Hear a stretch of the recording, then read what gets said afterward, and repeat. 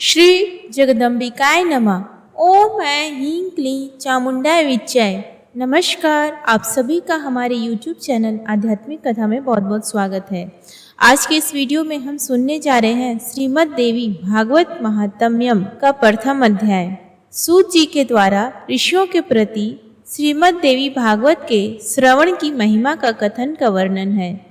जगत के सृष्टि कार्य में जो उत्पत्ति रूपा, रक्षा कार्य में पालन शक्ति रूपा, संहार कार्य में रौद्र रूपा है, संपूर्ण विश्व प्रपंच जिनके लिए क्रीड़ा स्वरूप है, जो परा पश्यंती मध्यमा तथा बैखरी वाणी में अभिव्यक्त होती है और जो ब्रह्मा विष्णु महेश द्वारा निरंतर आधारित हैं, वे प्रसन्न चित्त वाली देवी भगवती मेरी वाणी को अलंकृत करे।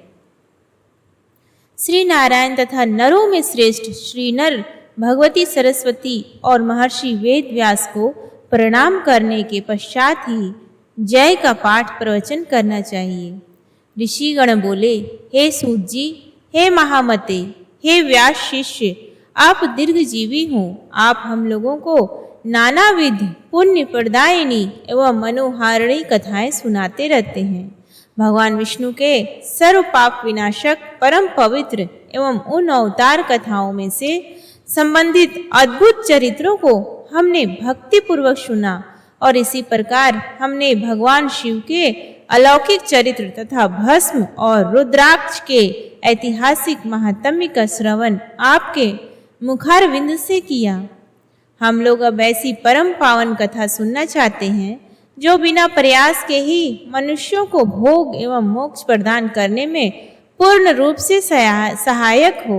हे महाभाग, अतः आप उस कथा का वर्णन करें जिसके द्वारा मानव कलयुग में भी सिद्धियां प्राप्त कर ले, क्योंकि हम आपसे बढ़कर किसी अन्य को नहीं जानते हैं जो हमारी शंकाओं का निवारण कर सके।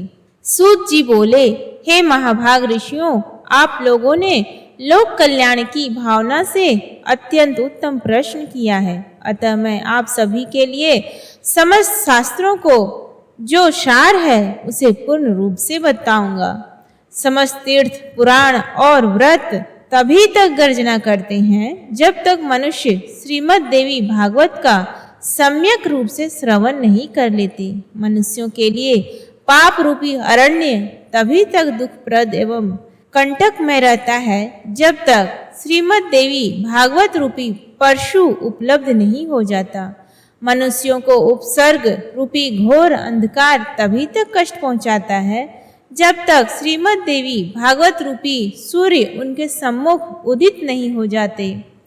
ऋषिगण बोले, हे वक्ताओं में श्रेष्ठ महाभाग सूत जी, आप हमें बताएं कि वह श्रीमद् देवी भागवत पुराण कैसा है और उसके श्रवण की विधि क्या है। उस पुराणों को कितने दिनों में सुनना चाहिए, उसके श्रवण की अवधि में पूजन विधान क्या है, प्राचीन काल में किन किन मनुष्यों ने इसे सुना और उनकी कौन कौन सी कामनाएं पूर्ण हुई। सूत जी बोले, प्राचीन काल में पराशर ऋषि द्वारा सत्यवती के गर्भ से विष्णु के अंश स्वरूप मुनि व्यास उत्पन्न हुए, जिन्होंने वेदों का 4 विभाग करके उन्हें अपने शिष्यों को पढ़ाया।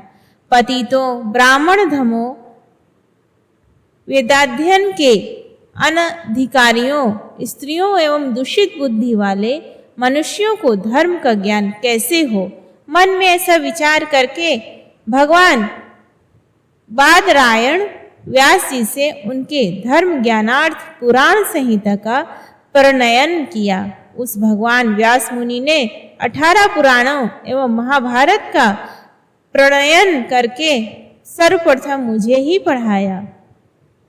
उन पुराणों में श्रीमद् देवी भागवत पुराण भोग एवं मोक्ष को देने वाला है। व्यास जी ने राजा जन्मेजय को यह पुराण सुनाया। पूर्व काल में इन जन्मेजय के पिता राजा परीक्षित दक्षक नाग द्वारा काट लिए गए, अतः पिता की संशुद्धि के लिए राजा ने तीनों लोकों की जननी देवी भगवती का विधि पूर्वक पूजन अर्चन करके 9 दिनों तक व्यास जी के मुखारविंद से इस श्रीमद् देवी भागवत पुराण का श्रवण किया। इस नवाह यज्ञ के संपूर्ण हो जाने पर राजा परीक्षित ने उसी समय दिव्य रूप धारण करके देवी का शालोक्य प्राप्त किया। राजा जन्मेजय अपने पिता की दिव्य गति देखकर और महर्षि वेदव्यास की विधिवत पूजा करके परम प्रसन्न हुए। सभी 18 पुराणों में यह श्रीमद् देवी भागवत पुराण सर्वश्रेष्ठ है और धर्म, अर्थ, काम तथा मोक्ष को प्रदान करने वाला है। जो लोग सदा भक्ति श्रद्धा पूर्वक श्रीमद् देवी भागवत की कथा सुनते हैं, उन्हें सिद्धि प्राप्त होने में रंच मात्र भी विलंब नहीं होता।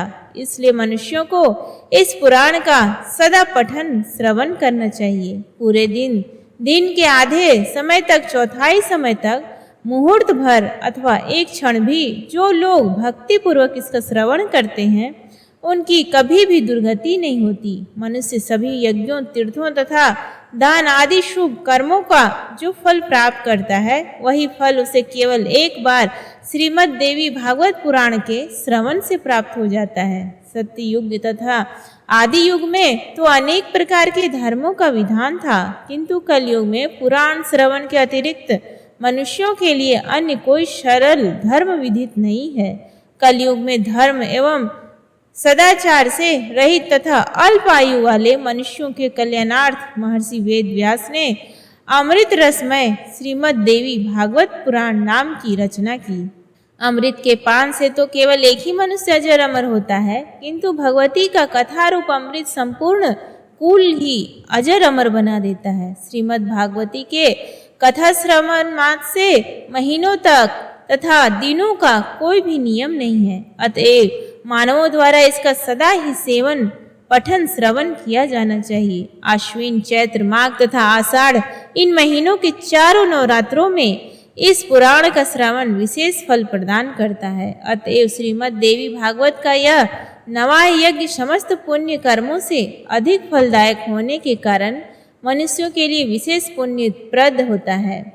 जो कलुषित हृदय वाले पापी, मूर्ख, मित्रद्रोही, वेदों की निंदा करने वाले, हिंसा में रत और नास्तिक मार्ग का अनुसरण करने वाले मनुष्य हैं, वे भी कलयुग में इस नवा यज्ञ का अनुष्ठान से पवित्र हो जाते हैं।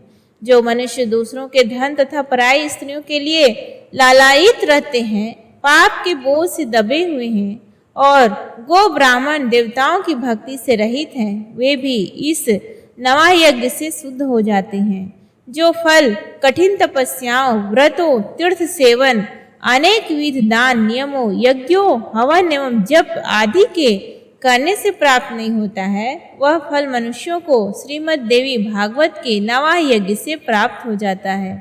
हे विप्रो, गंगा, गया, काशी, नैमिषारण्य, मथुरा, पुष्कर तथा बद्रिकारण्य भी मनुष्यों को उतना शीघ्र पवित्र नहीं कर पाते हैं जितना कि श्रीमद् देवी भागवत का यह नवा यज्ञ लोगों को पवित्र कर देता है। अतएव श्रीमद् देवी भागवत पुराण सभी पुराणों में श्रेष्ठतम है। इसे धर्म, अर्थ, काम तथा मोक्ष की प्राप्ति का उत्तम साधन माना गया है। जो अश्विन महीने के शुक्ल पक्ष में सूर्य के कन्या राशि में पहुंचने पर महाअष्टमी तिथि को स्वर्ण सिंहासन पर स्थित देवी के प्रीतिपद श्रीमद् देवी भागवत ग्रंथ का पूजन करके उसे किसी योग्य ब्राह्मण को श्रद्धा पूर्वक देता है, वह देवी के परम पद को प्राप्त करता है। जो मनुष्य प्रतिदिन श्रीमद् देवी भागवत पुराण के एक अथवा आधे श्लोक की भक्ति पूर्वक पाठ करता है, वह जगदम्बा का कृपा पात्र हो जाता है। महामारी से उत्पन्न उपद्रवों के भीषण भय तथा समस्त प्रकार के उत्पात इस श्रीमद् देवी भागवत पुराण के श्रवण मात्र से विनष्ट हो जाते हैं। बाल ग्रहों तथा भूत प्रेत आदि से उत्पन्न भय इस श्रीमद् भागवत पुराण के श्रवण मात्र से दूर हो जाता है।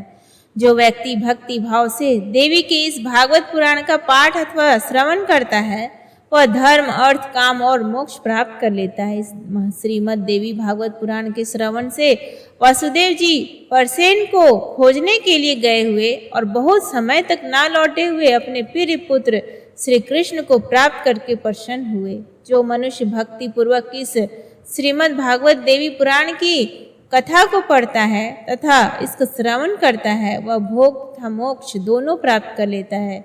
अमृत स्वरूप इस श्रीमद् देवी भागवत श्रवण से पुत्रहीन मनुष्य पुत्रवान हो जाता है, दरिद्र व्यक्ति धन से संपन्न हो जाता है तथा रोगग्रस्त मनुष्य रोग से मुक्त हो जाता है।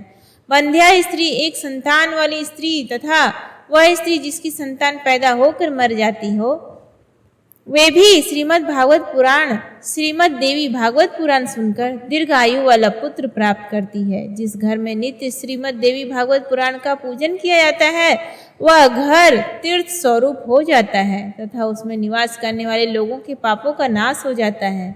जो मनुष्य अष्टमी, नवमी अथवा चतुर्दशी तिथियों को श्रद्धा पूर्वक इसे पढ़ता है या सुनता है वह परम सिद्धि को प्राप्त करता है। इस श्रीमद् देवी भागवत पुराण का पाठ करने वाला ब्राह्मण वेद वेत्ताओं में अग्रगण्य हो जाता है, क्षत्रिय राजा हो जाता है, वैश्य धन संपदा से संपन्न हो जाता है और शूद्र भी इसके श्रवण मात्र से अपने कुल के बीच श्रेष्ठता प्राप्त कर लेता है। इति श्री स्कंद पुराणे मानस खंडे श्रीमद् देवी भागवत महात्म्ये देवी भागवत श्रवणा महात्म्य वर्णनम नाम प्रथमो अध्याय। प्रेम से बोलिए माता काली की जय, माँ चामुंडा की जय। धन्यवाद।